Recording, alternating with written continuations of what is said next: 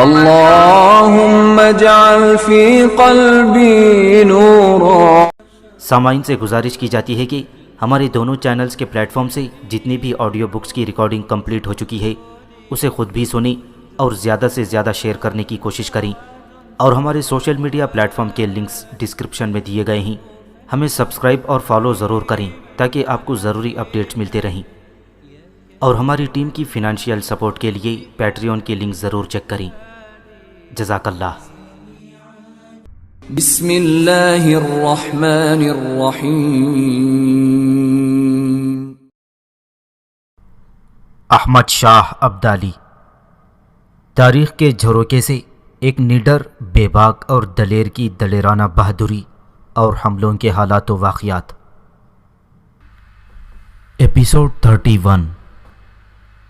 سورج مل کے دونوں قاصدوں کے علاوہ شاہ ولی خان برخوردار خان اور احمد شاہ ابدالی عبداللہ کے خیمے میں داخل ہوئے۔ انہیں دوبارہ اپنے خیمے میں دیکھتے ہوئے کامنی، وینا، قاسم، ارجن اور درویش عبید اللہ جو عبداللہ کے ارد گرد بیٹھے ہوئے تھے اپنی جگہ سے اٹھ کھڑے ہوئے۔ اس موقع پر عبداللہ بھی تفکر کی نگاہ سے احمد شاہ ابدالی کی طرف دیکھ رہا تھا۔ اس موقع پر شاید وہ احمد شاہ ابدالی کو مخاطب کر کے کچھ پوچھنا چاہتا تھا کہ احمد شاہ قریب آیا اور کامنی کو مخاطب کر کے کہنے لگا، کامنی میری بیٹی، تم اور وینا میری بات غور سے سنو۔ یہ میرے ساتھ جو دو اجنبی اشخاص ہیں یہ تمہارے باپ سورج مل کے قاصد ہیں۔ انہیں تمہارے باپ سورج مل نے تمہیں اور وینا کو لانے کے لیے میرے لشکر میں بھیجا ہے، اور ان دونوں کا کہنا ہے کہ سورج مل کا یہ خیال ہے کہ کامنی اور وینا دونوں کو احمد شاہ ابدالی کے لشکر میں یرغمال بنا کر رکھا گیا ہے، لہذا سورج مل نے تم دونوں کی واپسی کا مطالبہ کیا ہے۔ میں نے ان دونوں قاصدوں کو بتایا ہے کہ کامنی اور وینا یہاں میرے لشکر میں یرغمال نہیں بلکہ وہ دونوں اپنی خوشی سے شاہ پسند کے ساتھ رہ رہی ہیں۔ کامنی شاہ پسند کی بیوی ہے اور اس کے ایک بچے کی ماں ہے، جبکہ وینا شاہ پسند کی عنقریب بیوی بن جانے والی ہے، اور ان دونوں کا تقاضا تھا کہ ہمیں موقع فراہم کیا جائے کہ ہم خود اس سلسلے میں کامنی اور وینا سے بات کر کے اطمینان کر لیں تاکہ جو کچھ ہم دیکھیں وہی سورج مل سے کہہ سکیں۔ میری بیٹی، یہ دونوں قاصد تم دونوں بہنوں کے سامنے ہیں، اب تم دونوں انہیں بتاؤ کہ تم اپنی خوشی اور اپنی رضامندی سے یہاں رہ رہی ہو یا کسی نے تمہیں شاہ پسند کے خیمے میں یرغمال بنا کر رکھا ہے۔ یہ سب کچھ جاننے کے بعد کامنی اور وینا کے چہروں پر ہلکی ہلکی مسکراہٹ نمودار ہوئی۔ انہوں نے گہری نگاہوں سے ایک دوسرے کی طرف دیکھا، پھر کوئی فیصلہ کرنے کے بعد کامنی بولی اور کہنے لگی، میرے باپ کی طرف سے آنے والوں، سنو، میرے سامنے جو بچہ لیٹا ہوا ہے یہ میرا بیٹا ہے۔ میں پاشا کے امیر لشکر شاہ پسند کی بیوی ہوں، اور شاہ پسند کا یہ بیٹا میرے ہی وطن سے ہے۔ میں نے اپنی خوشی، اپنی چاہت کو سامنے رکھتے ہوئے شاہ پسند سے شادی کی ہے۔ یہی معاملہ وینا کا بھی ہے، اب یہ بھی شاہ پسند کی بیوی بن کر اسی خیمے میں رہے گی۔ وینا جو اب تک وقت کے راہوں اور پیاس سے بیکل ندی کے کنارے جیسی خاموش کھڑی ہوئی تھی، کامنی کی اس گفتگو پر اس کی حالت ہنسی کی مدھر تانو جیسی ہو کر رہ گئی۔ کامنی تھوڑی دیر تک خاموش رہی، پھر وہ بولی اور ان قاصدوں کو مخاطب کر کے کہنے لگی، سنو میرے باپ سورج مل کی طرف سے آنے والے دونوں قاصدوں، ہمیں نہ اس لشکر میں جبری رکھا گیا ہے اور نہ ہی ہم یہاں پر یرغمال ہیں۔ یوں جانو کہ میں اور وینا شاہ پسند سے مل کر اپنے من کا مول تک باندھنا بھول گئی ہیں۔ دونوں ہی شاہ پسند کے ہاتھوں بے دام بک چکی ہیں۔ یوں جانو یہ لشکر ہی اب ہماری جنم بھومی ہے۔ سنو دونوں قاصدوں، شاہ پسند سے ملاقات سے پہلے میری اور وینا کی حالت صفاق لمحوں کی مبارزت، کڑی دھوپ میں کچے رنگوں کے اندر شوریدہ مزاج جیسی تھی۔ شاہ پسند سے ملنے کے بعد اور اس کے ساتھ رہتے ہوئے اب میں اور وینا دونوں ہینا کے پتوں، کسم کے پھولوں جیسی پرسکون، شبنم کی موتیوں بھری مانگ جیسی شاداب، کومل سپنوں کی بارات اور رنگوں کے جھلمل بارش جیسی خوش و خرم ہو کر رہ گئی ہے۔ دونوں قاصدوں، واپس جا کر میرے باپ سورج مل سے کہنا کہ میں اور وینا دونوں کسی دیوی کے چرنوں، کسی دیوتا کے مندر میں رہنے کے لیے پیدا نہیں ہوئی تھیں۔ میں اور وینا کسی شمشان کی آگ میں جل مرنے اور چتا کی آتش میں بھسم ہونے کو نہ پیدا ہوئی تھیں۔ اب اس سرزمین کی ابکادیشی اور پورنماشی تہواروں، گنگا اور جمنا کے قدیم پہلوانوں رام چندر اور کرشن کی جیسے ہمارا کوئی تعلق، کوئی واسطہ نہیں رہا۔ ہم دونوں نے نیک نیتی اور دل کی تہ سے اسلام قبول کر لیا ہے۔ اب ہم مسلمان ہیں اور ایک خدا کو مانتے ہیں جو وحدہ لا شریک ہے، اور ہماری اس تبدیلی اور ہمارے اس انقلاب نے ہمیں ذلت کی لمبی رات سے نکال کر بخارات کا التہاب عطا کیا ہے، جنوں اور شکوک کی راہوں سے نکال کر کھنکتی ہنسی کی گونج عطا کر دی ہے۔ دونوں قاصدوں، تمہارے اطمینان، تمہاری راحت کے لیے میں یہ بھی کہوں گی کہ میرے باپ سے جا کر یہ بھی کہنا کہ شاہ پسند جو اپنے دشمنوں کے لیے طغیانی جبرود، بشر گزیدہ، بادلوں کی گرج، بجلیوں کی چمک اور لہو کی دھول اڑاتا ایک طوفان ہے، وہاں وہ میرے اور وینا کے لیے خوابوں کی نگر میں نروان کی روشنی، گلابی حدت کے حالے میں اجلی ہنسی، وہ ہمارے لیے زیست کی خوشبو اور سرمگین دھند میں زندگی کا سہاگ اور شبنم کے لبوں پر ناچتی کرنوں میں راحتوں اور خوشیوں کا ایک طلسم ہے۔ میرے باپ سے جا کر کہنا اب ہمارا تعلق بھرت پور سے نہیں رہا، نہ ان سے کوئی تعلق اور واسطہ ہے، اب شاہ پسند ہی میرے اور کامنی کے لہو کی گردش، ہم دونوں کے دلوں کی سندلی تحریر، ہم دونوں کی روح کی دیو مالا کا قصبہ اور ہم دونوں کی تقدیر کا لذت فشاں لمس ہے۔ میرے باپ سے جا کر کہنا کہ مجھے اور وینا کو واہمہ بنا کر گونجتی کالی رات، دھوپ چھاؤں کا کھیل، سوکھے پتوں کی سرسراہٹ اور خزاں کی رت کا کوئی لٹا ہوا لمحہ سمجھ کر فراموش کر دے، یہ سمجھ لے کہ میں نے اس کے ہاں اور وینا نے اس کے بھائی کے ہاں جنم ہی نہ لیا تھا۔ یہاں تک کہنے کے بعد کامنی رکی، تھوڑی دیر خاموش رہی، پھر ان دونوں قاصدوں کو مخاطب کرتے ہوئے کہنے لگی، سنو میرے باپ کے دونوں قاصدوں، جو کچھ میں نے کہا ہے یہ تمہاری تسلی کے لیے کافی ہے یا تم میرے منہ سے اور کچھ بھی سننا چاہتے ہو؟ اس پر ایک قاصد بولا اور بڑی حیرت اور پریشانی میں کامنی کو مخاطب کر کے پوچھنے لگا، راجکماری، جو کچھ آپ نے کہا ہے کیا یہ سب کچھ آپ نے اپنے پورے ہوش و حواس میں کہا ہے؟ اس پر کامنی نے ایک ہلکا سا قہقہہ لگایا اور کہنے لگی، یقیناً میں نے جو کچھ کہا ہے اپنے ہوش و حواس میں ہی کہا ہے۔ وہ قاصد اس بار وینا کو مخاطب کر کے پوچھا، وینا دیوی، جو کچھ راجکماری کامنی دیوی نے کہا ہے کیا آپ بھی اس سے اتفاق کرتی ہیں؟ جواب میں وینا ہلکی ہلکی مسکراہٹ میں کہنے لگی، جو کچھ میری بہن نے کہا وہ صرف اس کے دل کی نہیں بلکہ میرے بھی دل کی آواز ہے۔ یہ خیمہ ہمارے لیے اب اجنبی اور پرایا نہیں بلکہ یہ ہمارا اپنا گھر ہے، اور قسم خداوند کی اس خیمے میں جو آ کر سکون ملا وہ سکون مجھے اور کامنی کو بھرت پور کے راج محل میں بھی میسر نہ آیا تھا۔ دونوں قاصد کامنی کی گفتگو سن کر پہلے ہی حیرت زدہ ہو رہے تھے، اب جو انہوں نے وینا سے بھی ایسی ہی گفتگو سنی تو ان کی تعجب خیزی کی کوئی انتہا نہ تھی۔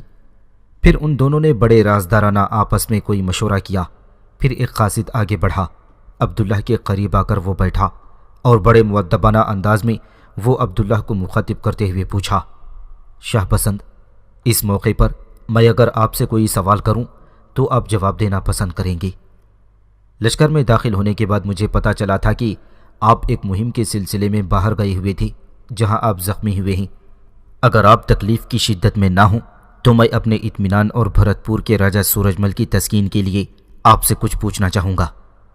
اس پر عبداللہ نے اپنے ہونٹوں پر زبان پھیرتے ہوئے کچھ کہنا چاہا کہ اس کے بولنے سے پہلے ہی کامنی بول پڑی اور قاصد کو مخاطب کر کے کہنے لگی، جب میں اور وینا دونوں بہنیں تمہاری باتوں اور تمہارے سوالات کا جواب دے چکی ہیں تو پھر ان سے پوچھنے کی کیا ضرورت ہے؟ تم دیکھتے ہو کہ یہ زخمی ہیں، انہیں سکون اور آرام کی ضرورت ہے۔ تم اگر مزید کچھ پوچھنا چاہتے ہو تو مجھ سے یا وینا سے سوال کرو، انہیں آرام کرنے دو۔ اس پر عبداللہ نے مسکرا کر کامنی کی طرف دیکھتے ہوئے کہا، پوچھنے دو، یہ کیا پوچھتے ہیں، میں ان کے سوالوں کا جواب ضرور دوں گا۔ عبداللہ کی اس گفتگو سے اس قاصد کو کچھ حوصلہ ہوا، پھر وہ عبداللہ کو مخاطب کر کے پوچھا، شاہ پسند، اگر میں آپ سے یہ پوچھوں کہ کیا آپ واقعی کامنی اور وینا دونوں سے پیار کرتے ہیں، اور کیا آپ نے اب تک اپنی رضامندی اور اپنی مرضی سے ہی کامنی سے شادی کی ہے اور آئندہ بھی اپنی خوشی، اپنی چاہت کو سامنے رکھتے ہوئے وینا سے شادی کریں گے؟ اس پر جہاں احمد شاہ ابدالی، شاہ ولی خان، جہان خان، برخوردار خان، قاسم اور درویش عبید اللہ بڑی حیرت سے عبداللہ کی طرف دیکھ رہے تھے، وہاں عبداللہ نے تھوڑی دیر کے لیے غور سے قاصد کی طرف دیکھا، پھر اپنے ہونٹوں پر ہلکی ہلکی مسکراہٹ بکھیرتے ہوئے کہنے لگا، سورج مل کے قاصد، اگر تو میری زبان سے ہی کچھ سننا چاہتا ہے تو سن۔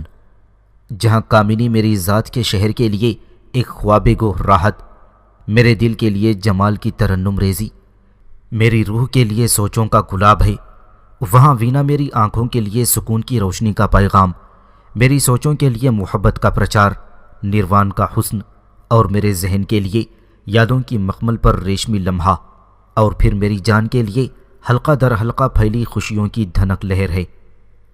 عبداللہ کا یہ جواب سن کر وہ قاصد شاید مطمئن ہو گیا تھا، اس لیے کہ وہ اپنی جگہ سے اٹھا، اپنے ساتھی قاصد کے پاس آیا اور اسے مخاطب کرتے ہوئے کہنے لگا، کہ تم مزید کچھ سوال شاہ پسند سے کرنا چاہتے ہو؟ اس پر دوسرا ساتھی عجیب سے مطمئن انداز میں کہنے لگا، اب مزید پوچھنے کے لیے کیا رہ گیا ہے؟ کامنی، وینا اور پھر شاہ پسند کی باتیں سن کر میں نے یہ اندازہ لگایا ہے کہ یہ تینوں ایک دوسرے کے لیے پیدا ہوئے تھے۔ کامنی اور وینا نے بھرت پور میں جنم لیا تھا، جبکہ یہ شاہ پسند کابل ہرات کی طرف پیدا ہوا، لیکن میں سمجھتا ہوں کہ یہ ازل سے جنم جنم سے ایک دوسرے کے لیے تھے، ایک دوسرے کے لیے ہیں اور ایک دوسرے کے لیے رہیں گے۔ اب مزید ہمیں یہاں رک کر وقت برباد نہیں کرنا چاہیے۔ میرے خیال میں ہمیں یہاں سے کوچ کر جانا چاہیے اور جا کر اپنے مہاراج سورج مل سے کہنا چاہیے کہ وہ کامنی اور وینا دونوں کو بے تعبیر خواب، آرزو کیا ہوا چہرہ، ختم ہوتی جھاگ، پرندوں کا گیت اور رات کے عناصر کی طرح ایک غنودگی سمجھ کر فراموش کر دے، اس لیے کہ کامنی اور وینا کا اب اس سے کوئی تعلق نہیں رہا، یہ دونوں ہمیشہ اور سدا کے لیے شاہ پسند کی ہو کر رہ گئی ہیں۔ اس موقع پر عبداللہ نے اشارے سے کامنی کو اپنے نزدیک بلایا۔ کامنی گھٹنوں کے بل شاہ پسند کے قریب بیٹھ گئی، پھر اپنا گال وہ عبداللہ کے منہ کے قریب لے گئی۔ عبداللہ نے تھوڑی دیر تک کامنی کے کان میں کچھ سرگوشی کی، جسے سن کر کامنی کے چہرے پر بڑی پرسکون اور خوشگوار مسکراہٹ نمودار ہوئی۔ اس کے ساتھ ہی کامنی اپنی جگہ سے اٹھ کھڑی ہوئی اور اس کے بعد اس نے وینا کے کان میں کچھ کہا، جسے سن کر وینا بھی پھول کی طرح کھل اٹھی تھی۔ پھر کامنی اور وینا دونوں خیمے کے اندر بنے ہوئے توشک خانے میں داخل ہو گئیں۔ سنو سورج مل کے قاصدوں، تم دونوں چونکہ کامنی اور وینا کے دیش سے آئے ہو، لہٰذا میں پسند نہیں کرتا کہ تم خالی ہاتھ جاؤ۔ تم دونوں کے لیے یہ نقدی کی تھیلیاں ہیں، تاکہ یہاں سے رخصت ہوتے وقت تمہیں یہ احساس ہو کہ تمہارے ساتھ شاہ پسند کے خیمے میں اچھا سلوک کیا گیا ہے، اور بھرت پور پہنچ کر تم میں یہ احساس بھی رہے کہ کامنی اور وینا دونوں شاہ پسند کے خیمے میں کس قدر خوش اور پرسکون ہیں۔ اب میری طرف سے تم دونوں کو اجازت ہے اور تم جا سکتے ہو۔ عبداللہ کی یہ گفتگو سن کر سب خوش ہو گئے تھے۔ اس موقع پر احمد شاہ ابدالی بولا اور شاہ ولی خان کو مخاطب کر کے کہنے لگا، شاہ ولی خان، میرے بھائی، تم دونوں قاصدوں کو اپنے ساتھ لے جاؤ اور انہیں بھلے طریقے سے رخصت کر دو۔ اپنے پاس سے بھی ان دونوں کو انعام دے کر رخصت کرو، اور جس قدر رقم تم ان دونوں کو مہیا کرو گے وہ میں تمہیں ادا کر دوں گا۔ احمد شاہ ابدالی کا یہ حکم پا کر شاہ ولی خان دونوں قاصدوں کو لے کر خیمے سے باہر نکل گیا۔ شاہ ولی خان کے جانے کے بعد احمد شاہ ابدالی نے برخوردار خان کی طرف دیکھتے ہوئے کہنا شروع کیا، برخوردار میرے عزیز، تم لشکر کے مطبخ کی طرف جاؤ، وہاں مطبخ میں کام کرنے والوں کو میری طرف سے حکم دو کہ چھوٹے چوزوں کا شوربہ کافی مقدار میں تیار کر کے شاہ پسند کے خیمے میں بھیجا جائے، اور ساتھ ہی کالی مرچیں اور نمک بھی پیس کر اس شوربے کے ساتھ روانہ کیا جائے، تاکہ اس شوربے میں یہ دونوں چیزیں ڈال کر شاہ پسند اور اس کے ساتھ بیٹھ کر کامنی اور وینا بھی پرسکون ماحول میں پئیں۔ احمد شاہ ابدالی کا یہ حکم پا کر برخوردار خان کے جانے کے بعد احمد شاہ ابدالی عبداللہ کے قریب بیٹھ گیا۔ عبداللہ کی بائیں ٹانگ ننگی کر کے اس نے اس کی ٹانگ پر تھوڑی دیر کے لیے ہاتھ پھیرا، پھر اس کے چہرے پر عجیب سی مسکراہٹ نمودار ہوئی اور وہ عبداللہ کی طرف دیکھتے ہوئے کہنے لگا، عبداللہ میرے بیٹے، میں تم سے بیان نہیں کر سکتا کہ میں کتنا خوش ہوں۔ تم نے خود کو اپنی گردن کی طوق سے نجات دلائی، اب تم نے اپنی دونوں ٹانگوں کو بھی آزاد کروا لیا۔ میرے بیٹے، یہ مت سوچو کہ آج میں کتنا خوش اور کتنا مطمئن ہوں۔ تمہاری بائیں ٹانگ پر لوہے کا کڑا دیکھ کر میں کڑتا تھا، لیکن تم نے کابل کے سابق حکمران نصیر خان کا خاتمہ کر کے اس کڑے سے بھی نجات حاصل کر لی۔ میرے بچے، اس مہم پر کامیابی اور بائیں ٹانگ کے کڑے سے نجات حاصل کرنے پر میں تمہیں مبارکباد پیش کرتا ہوں۔ احمد شاہ ابدالی کے ان الفاظ سے عبداللہ ایسا متاثر ہوا کہ تھوڑی دیر تک وہ بڑے غور سے احمد شاہ ابدالی کی طرف دیکھتا رہا، پھر کہنے لگا، پاشا، میں شاہ پسند کی حیثیت سے جو کچھ بھی آج ہوں وہ سب اللہ کے فضل و کرم سے اور آپ کے طفیل اور اس درویش عبید اللہ کی مہربانیوں کے باعث ہے۔ اگر آپ کے سپاہی کابل کے نواح سے مجھے گرفتار کر کے آپ کے سامنے پیش نہ کرتے اور آپ کے سامنے رقص درویش کر کے درویش عبید اللہ آپ سے میرے متعلق انصاف طلب نہ کرتے تو میں عبداللہ کی حیثیت سے آج شاہ پسند اور امیر لشکر نہیں بلکہ کابل کے کسی کوہستانی سلسلوں میں انتہائی بے بسی اور لاچارگی کی زندگی بسر کرنے والا کوئی معمولی سا گڈریا ہوتا۔ پاشا، میں آپ کا ممنون اور مشکور ہوں کہ آپ نے مجھے ایک چرواہے سے امیر لشکر اور شاہ پسند بنا کر رکھ دیا۔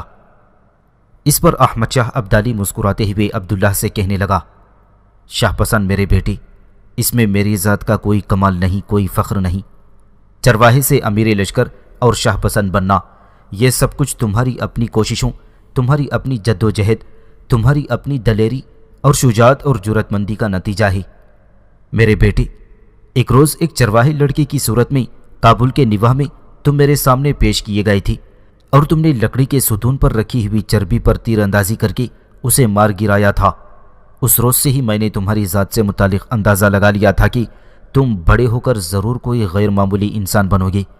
اور میرے بیٹے، نادر آباد سے واپس آنے کے بعد جب تم نے ایک ساتھ دلاور خان اور زال بیگ پوپلزئی کو بدترین شکست دی تو جو اندازے، جو امیدیں میں نے تمہارے متعلق قائم کر رکھی تھیں وہ سب کی سب پوری ہو گئیں۔ شاہ پسند، آج میں تمہیں ٹانگوں کے دونوں کڑوں سے نجات حاصل کرنے پر اپنے دل کی پوری خوشی اور تمانیت سے ایک بار پھر مبارکباد دیتا ہوں۔ اس کے ساتھ ہی احمد شاہ ابدالی اپنی جگہ پر اٹھ کھڑا ہوا اور مزید کہنے لگا، شاہ پسند میرے بیٹے، میں اب جاتا ہوں۔ مجھے امید ہے کہ کامنی اور وینا دونوں اس زخمی حالت میں تمہارے سکون، تمہاری راحت کا باعث بنیں گی۔ شاہ پسند، پہلے میرا ارادہ تھا کہ جو ہی تم اپنی گجرات کی مہم سے لوٹو گی تو میں لاہور سے قندھار کی طرف کوچ کر جاؤں گا، لیکن تمہارے زخم کی وجہ سے میں چند دن رکوں گا۔ تمہارا زخم مندمل ہو جائے پھر ہم قندھار کی طرف کوچ کریں گے۔ اس کے ساتھ ہی احمد شاہ ابدالی عبداللہ کے خیمے سے نکل گیا تھا۔ تھوڑی ہی دیر بعد برخوردار خان چند سپاہیوں کے ساتھ عبداللہ کے خیمے میں نمودار ہوا۔ وہ چوزوں کا شوربہ اور دونوں برتنوں میں علیحدہ پسی ہوئی کالی مرچیں اور نمک لے کر آیا تھا۔ وہ تینوں چیزیں برخوردار خان نے کامنی کے حوالے کر دیں، پھر وہ اپنے ساتھ آنے والے سپاہیوں کے ساتھ باہر نکل گیا تھا۔ کامنی اور وینا دونوں حرکت میں آئیں۔ مٹی کے پیالوں میں انہوں نے چوزوں کا شوربہ ڈال کر کالی مرچ اور نمک ملایا، پھر وہ شاہ پسند، قاسم درویش عبید اللہ اور ارزون کو وہ شوربہ پلانے کے ساتھ ساتھ دونوں بہنیں خود بھی عبداللہ کے دائیں بائیں بیٹھ کر پرسکون ماحول میں پینے لگی تھیں۔ وسط دسمبر تک عبداللہ کا زخم بالکل ٹھیک ہونے کے بعد احمد شاہ ابدالی اپنے لشکر کے ساتھ حرکت میں آیا۔ لاہور سے اس نے پڑاؤ اٹھا کر کوچ کیا اور دریائے ستلج کی طرف بڑھا۔ پھر وہ دریائے ستلج کے کنارے کنارے بہاول پور پہنچا اور وہاں سے ملتان اور پھر ڈیرہ اسماعیل خان سے ہوتے ہوئے درہ گومل سے گزر کر غزنی کا رخ کر رہا تھا۔ صحرا کی جھلستی ہوئی گرمی نے احمد شاہ ابدالی کی صحت پر بہت خراب اثر ڈالا تھا، اس لیے غزنی پہنچ کر کچھ عرصے صاحب فراش رہا۔ اس کے چہرے پر بڑی تعداد میں دانے نکل آئے تھے۔ یہی حال اس کے سپاہیوں اور سالاروں کا بھی ہوا تھا، لہذا احمد شاہ ابدالی نے اپنے لشکر کے ساتھ چند یوم تک غزنی میں قیام کیا اور اس کے بعد وہ اپنے لشکر کے ساتھ اپنے دارالحکومت قندھار کی طرف کوچ کر چکا تھا۔ احمد شاہ ابدالی نے اپنے لشکر کے ساتھ جو ہی پنجاب چھوڑا، سکھ پھر اپنی کمین گاہوں اور گھاتوں سے نکل آئی۔ احمد شاہ ابدالی کے حملہ آور ہوتے وقت جہاں وہ حشرات الارض اور کیڑے مکوڑوں کی طرح ادھر ادھر پھیل گئے تھے، احمد شاہ ابدالی کے جانے کے بعد وہ پھر مسلح ہو کر امرتسر میں جمع ہونا شروع ہو گئی۔ اس مرتبہ سکھوں نے اپنے آپ کو دو گروہوں میں تقسیم کر لیا۔ ایک گروہ کا نام انہوں نے بوڑھا دل رکھا، یعنی بوڑھوں کی فوج، اور دوسرے گروہ کا نام ترونا دل یعنی جوانوں کی فوج کا نام رکھا۔ یہ دونوں بڑے بڑے گروہ مزید 12 چھوٹے چھوٹے گروہوں میں تقسیم تھے، جنہیں 12 سالہ کہہ کر سکھ پکارنے لگے تھے۔ بوڑھا دل نے سب سے پہلے جو کام شروع کیا وہ یہ تھا کہ صوبے میں مختلف جگہوں پر اس گروہ کے سکھوں نے اپنے مرکز قائم کر لیے تھے جہاں سکھوں کے دشمنوں کو بدترین سزائیں دی جانے لگی تھیں۔ دوسرا گروہ جس کا نام ترونادل تھا، اس کے ذمے سب سے پہلا کام یہ لگایا گیا کہ امرتسر کے مقدس تالاب جنہیں احمد شاہ ابدالی نے بھروا دیا تھا، پہلے انہیں صاف کیا جائے، اس کے بعد کوئی دوسرا کام کیا جائے۔ لہذا دوسرا گروہ جس کا نام ترونادل تھا، اس نے امرتسر کے مقدس تالابوں کی صفائی کا کام شروع کر دیا۔ ترونادل تو امرتسر میں تالابوں کی صفائی میں ہی مصروف رہا، جبکہ بوڑھا دل اپنے سردار جسا سنگھ کی کمانداری میں حرکت میں آیا۔ جسا سنگھ سکھوں کے اس گروہ کو لے کر جلندھر دوآب کی طرف بڑھا۔ جسا سنگھ چاہتا تھا کہ پہلے جلندھر دوآب پر قبضہ کرے اور اس دوآب میں اپنی قوت کو خوب مستحکم اور مضبوط کرنے کے بعد پھر دوسرے علاقوں پر حملہ آور ہو کر پورے پنجاب میں سکھوں کی حکومت اور سلطنت قائم کر دی جائے۔ بہرحال جسا سنگھ اپنے لشکر کے ساتھ جلندھر دوآب کی طرف بڑھا۔ جلندھر دوآب پر احمد شاہ ابدالی کی طرف سے سادات خان حاکم تھا۔ سادات خان کو جب خبر ہوئی کہ سکھ اس پر حملہ آور ہو کر جلندھر دوآب کو اس سے خالی کرانا چاہتے ہیں، تو وہ ایک لشکر لے کر سکھوں کے مقابل آیا تاکہ سکھوں کے ان ارادوں کو خاک میں ملا دے۔ لیکن سادات خان ایسا کرنے میں ناکام رہا، اس لیے کہ جو ہی سادات خان اپنے لشکر کے ساتھ سکھوں کے مقابل آیا، سکھ اندھیروں کے گہرے ویران کنووں کی طرح اور تاریکیوں کے بے انتہا خانوں کی طرح سادات خان اور اس کے لشکریوں پر وارد ہوئے۔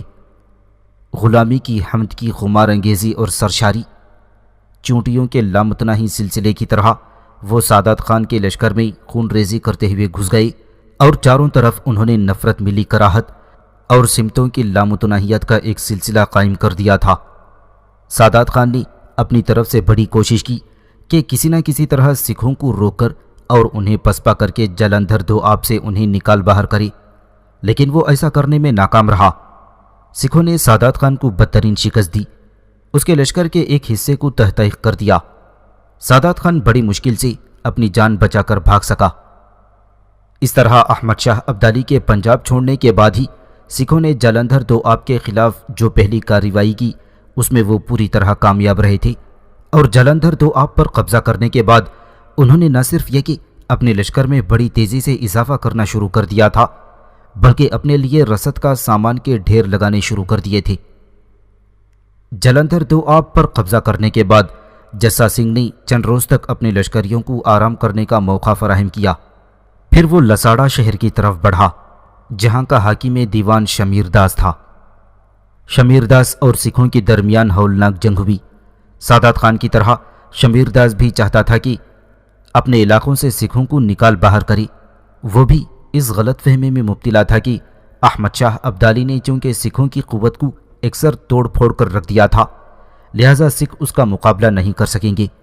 لیکن سادات خان کی طرح سکھوں نے شمیر داس کی بھی ساری غلط فہمیاں دھو نکال کر رکھ دی تھیں۔ شمیر داس جب اپنے لشکر کے ساتھ سکھوں کے مقابل آیا تو سکھ خاک ناچتے ذروں، تعصب کے مرض لا علاج اور تحریف ابلیس کی طرح شمیر و تمدنی اوہام کھنڈروں کی بھربھری زمین میں حلقہ در حلقہ خونی رقص اور طوفانی انداز میں شمیر داس پر حملہ آور ہوئے، اور لمحوں کے اندر انہوں نے شمیر داس کے لشکر کی حالت پیس کر لکڑی کے برادے کی طرح کر کے رکھ دی تھی۔ شمیر داس زیادہ دیر تک سکھوں کا مقابلہ نہ کر سکا اور وہ بھاگ کھڑا ہوا، اور اس طرح سکھوں نے جلندھر دوآب اور شمیر داس کے علاقوں پر بھی قبضہ کرنے کے بعد اپنی چھوٹی سی ریاست کی ابتدا کر دی تھی۔ اس نئی ریاست کے انتظام و انصرام درست کرنے کے بعد سکھ مزید پھیلنا شروع ہو گئے، اور اب انہوں نے اپنی اس ریاست سے نکل کر دوسرے علاقوں پر حملہ آور ہوتے ہوئے اپنے چاروں طرف شور قیامت کی گونج، نہ بجھنے والی پیاس اور طوائف رقص کی طرح پھیلنا اور بکھرنا شروع کر دیا تھا۔ جہاں بھی وہ وارد ہوتے اس علاقے میں ریزہ ریزہ گمشدگی کی تہیں برساتے، رینگتی چیختی اجل کی طرح ہر شے پر وارد ہوتے، اور اپنے سامنے آنے والے ہر دشمن کو وہ کوڑوں کے کرکرے بدن کی طرح توڑتے چلے جاتے تھے۔ اس طرح سکھوں نے بڑی تیزی سے مختلف علاقوں پر قبضہ کرتے ہوئے اپنی ریاست میں اضافہ کرنا شروع کر دیا۔ سکھوں کی شورش اور ان کی خونی سرگرمیوں کا احوال جب احمد شاہ ابدالی کے جاسوسوں نے اس تک پہنچایا تو احمد شاہ ابدالی نے اپنے جرنیل جہان خان کو سکھوں کی سرکوبی کا حکم دیا۔ جہان خان کے زیر کمان ایک بہت بڑا لشکر تھا، جسے لے کر جہان خان دریائے سندھ، جہلم اور چناب کو عبور کرنے کے بعد رچنا دو آب میں داخل ہوا۔ سکھوں کے ساتھ مقابلہ کرنے سے پہلے جہان خان نے اپنے لشکر کے ساتھ جموں کا رخ کیا تھا۔ جموں کا راجہ رنجیت دیو چونکہ احمد شاہ ابدالی کا جانثار اور وفادار تھا، لہذا جہان خان چاہتا تھا کہ جموں پہنچ کر رنجیت سنگھ سے کمک اور رسد کا سامان حاصل کرے اور اس کے بعد خوب خم ٹھونک کر سکھوں کے مقابل آ جائے۔ اس مقصد کے لیے جہان خان نے اپنے لشکر کے ساتھ سیالکوٹ آیا۔ لیکن جہان خان کی بدقسمتی کہ سکھ سرداروں کو جہان خان کے ارادے کا پہلے ہی علم ہو چکا تھا، لہذا سکھوں کا سردار چرہٹ سنگھ بڑی تیزی کے ساتھ اپنے لشکر کو ساتھ لے کر گوجرانیوالا سے سیالکوٹ کی طرف بڑھ گیا۔ ساتھ ہی اس نے اپنے دوسرے سرداروں مثلاً جھنڈا سنگھ اور گجر سنگھ کو بھی اپنی مدد کے لیے بلوا لیا تھا۔ یہ سکھ سردار بھی اپنے اپنے لشکر کو لے کر جہان خان کے خلاف چرہٹ سنگھ کی مدد کے لیے روانہ ہو گئی۔ اس ساری صورتحال کے باوجود جہان خان کے حوصلے بڑے بلند تھے، اس لیے کہ وہ جنگ کا وسیع تجربہ رکھتا تھا اور ماضی میں کئی معرکوں میں وہ سکھوں کو بدترین شکست دے چکا تھا۔ لیکن جہان خان یہ امید نہیں رکھتا تھا کہ سکھ اچانک اس پر حملہ آور ہو کر اسے درہم برہم کرنے کی کوشش کریں گے۔ جہان خان جس وقت سیالکوٹ کے نواح میں اپنے لشکر کے ساتھ پڑاؤ کیے ہوئے تھا تو سکھ پہلے سے جہان خان کے ساتھ الجھے ہوئے تھے۔ ہڈیاں چٹکاتے لاوے شولوں اور شراروں کی طرح رات کی تاریکی میں جہان خان کے پڑاؤ کی طرف بڑھے، اور جس طرح افق کی نیلم افروز پنہائیوں میں مشرق سے مغرب تک پھیلتے سرخ طوفان ایک ہنگامہ کھڑا کر دیتے ہیں، اسی طرح سکھ سردار بھی جہان خان کے لشکر پر حملہ آور ہوئے اور جہان خان کے لشکر کے چاروں طرف انہوں نے خون کا کھیل شروع کر دیا تھا۔ سکھوں کے اس حملے سے لگتا تھا جیسے ان کی بوندیں لاوا بن کر ابلنے لگی ہوں۔ اپنے پہلے ہی حملے میں سکھوں نے جہان خان کے لشکر میں استبداد و مردم بیزاری اور تشدد و تباہ کاری کا نہ ختم ہونے والا کھیل شروع کر دیا تھا۔ سکھوں نے جب جہان خان پر شبخون مارا تو جہان خان سمجھ گیا کہ سکھ اچانک حملہ آور ہو کر اس کے خلاف اپنے لیے فوائد حاصل کرنا چاہتے ہیں۔ رات کی تاریکی میں بڑی تیزی سے جہان خان نے اپنے لشکر کو سمیٹا۔ اپنی زندگی کے پورے تجربے اور پورے جلال و جمال کے ساتھ اس نے اپنے لشکریوں کو سکھوں کی شبخونی سے کسی قدر بچا کر ایک جگہ جمع کر لیا تھا۔ پھر جہان خان رات کی تاریکی میں اپنی حیات کی ساری معراج، اپنی زندگی کے سارے کمال کے ساتھ اور موت کے وقار کے ساتھ سکھوں پر حملہ آور ہوا۔ رات کی تاریکی میں سیالکوٹ شہر سے باہر لگتا تھا جیسے اجل کی صبح شام پر ظلمت دہر اپنی خون آلود چادر پھیلانے لگی ہو۔ رات بھر جہان خان شیر کی طرح دہاڑتا ہوا سکھوں سے ٹکراتا رہا۔ گو سکھوں نے اسے تین اطراف سے گھیر رکھا تھا، لیکن اس کے باوجود جہان خان نے بڑی ہمت جوا مردی کا مظاہرہ کیا اور رات بھر اس نے سکھوں کو اپنے سامنے روکے رکھا۔ لیکن جہان خان کی بدقسمتی کہ جب صبح طلوع ہوئی تو سکھوں کے ایک خونخوار دستے نے جہان خان پر ناگہانی حملہ کر دیا۔ جہان خان کے محافظ دستوں کی اکثریت کو اس دستے نے تہتیخ کر دیا، یہاں تک کہ کچھ سکھ جہان خان پر بھی حملہ آور ہوئے۔ جہان خان نے اپنا پورا دفاع کیا، لیکن اس حملے میں جہان خان کا گھوڑا مارا گیا اور جہان خان گھوڑے کے ساتھ زمین پر گر گیا۔ جہان خان کو اپنے گھوڑے سمیت زمین پر گرتے دیکھ کر سکھوں نے بآواز بلند واہے گرو کے فتح کے نعرے لگانے شروع کر دیے تھے اور چاروں طرف یہ افواہ پھیلا کر رکھ دی کہ انہوں نے جہان خان کو اس کے گھوڑے سمیت قتل کر دیا ہے۔ جہان خان کے لشکر میں اس خبر کا پھیلنا تھا کہ اس کے لشکری جی چھوڑ بیٹھے، حالانکہ جہان خان کی سرکردگی میں وہ اپنے سروں پر کفن باندھ کر جنگ کر رہے تھے اور ممکن تھا تھوڑی دیر مزید جنگ رہتی تو جہان خان سکھوں کو بدترین شکست دیتا۔ لیکن جب جہان خان کے مرنے کی خبر جہان خان کے لشکر میں پھیلی تو افراتفری کا شکار ہو گئی، اور پھر اس کے بعد سکھ تیغے مست ہو کر جہان خان کے لشکریوں پر ٹوٹ پڑے۔ اس طرح جہان خان کے لشکر کو بدترین شکست ہوئی، اسے بھاری جانی نقصان اٹھانا پڑا۔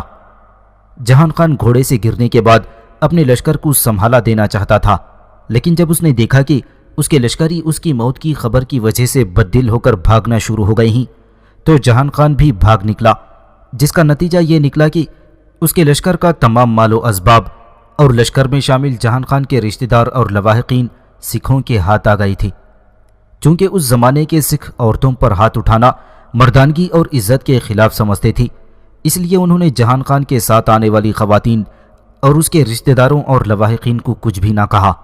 ان سب کی بحفاظت انہوں نے جموں کے راجہ رنجیت دیو کی طرف بھجوا دیا۔ اس طرح سیالکوٹ سے باہر لڑی جانے والی اس جنگ میں جہان خان کو بدترین شکست ہوئی۔ جہان خان پشاور کی طرف بھاگ گیا۔ اس کے لشکر کا بڑا حصہ تباہ و برباد کر دیا گیا اور جہان خان کی اس شکست اور اپنی فتح سے سکھوں کے حوصلے پہلے کی نسبت کہیں زیادہ بلند اور مضبوط ہو گئے تھے۔ سیالکوٹ کے باہر کھلے میدانوں میں جہان خان کو بدترین شکست دینے کے بعد سکھ پنجاب میں شیر ہو گئے تھے، لہٰذا اب انہوں نے مالیار کوٹلا کا رخ کیا جہاں کا حاکم بیکن خان تھا۔ بیکن خان کو سکھوں کے حملے کی اطلاع ہو گئی تھی، لہٰذا اس نے مالیار کوٹلا سے باہر نکل کر سکھوں کا مقابلہ کیا۔ شروع میں سکھوں کے مقابلے میں بیکن خان کا پلہ بھاری رہا، لیکن بیکن خان کو یہ خبر نہ تھی کہ سکھوں نے کچھ لشکر پہلے ہی گھات میں بٹھا رکھے تھے، لہٰذا جنگ جب عروج پر آئی تو گھات میں بیٹھے ہوئے لشکر بھی جنگ میں مصروف سکھوں کے لشکر سے آن ملے۔ اس طرح سکھ چاروں طرف سے گرجتی دہاڑتی آندھیوں، ہزاروں گزن دیتے طوفانوں کی طرح بیکن خان اور اس کے لشکریوں پر ٹوٹ پڑے تھے۔ چاروں طرف سے سکھ ویرانیاں پھیلاتے بگولوں، زندگی کے ہر حصار کو توڑتی قضا، ستم کی آگ اور موت کے خون کی بارش کی طرح بیکن خان کے لشکر پر نزول کرتے ہوئے اس کا قتل عام کرنے لگے تھے۔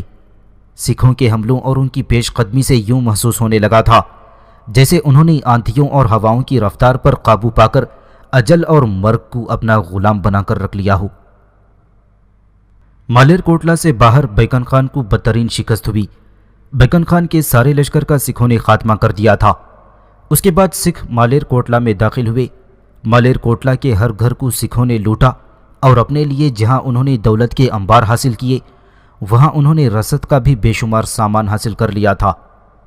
مالیر کوٹلا پر قبضہ کرنے کے بعد سکھوں کے لشکر نے اپنے سپہ سالار جسا سنگھ کی سربراہی میں سرہند کے مشہور اور تاریخی شہر کا رخ کیا جس کا حاکم احمد شاہ ابدالی کی طرف سے زین خان کو مقرر کیا گیا تھا۔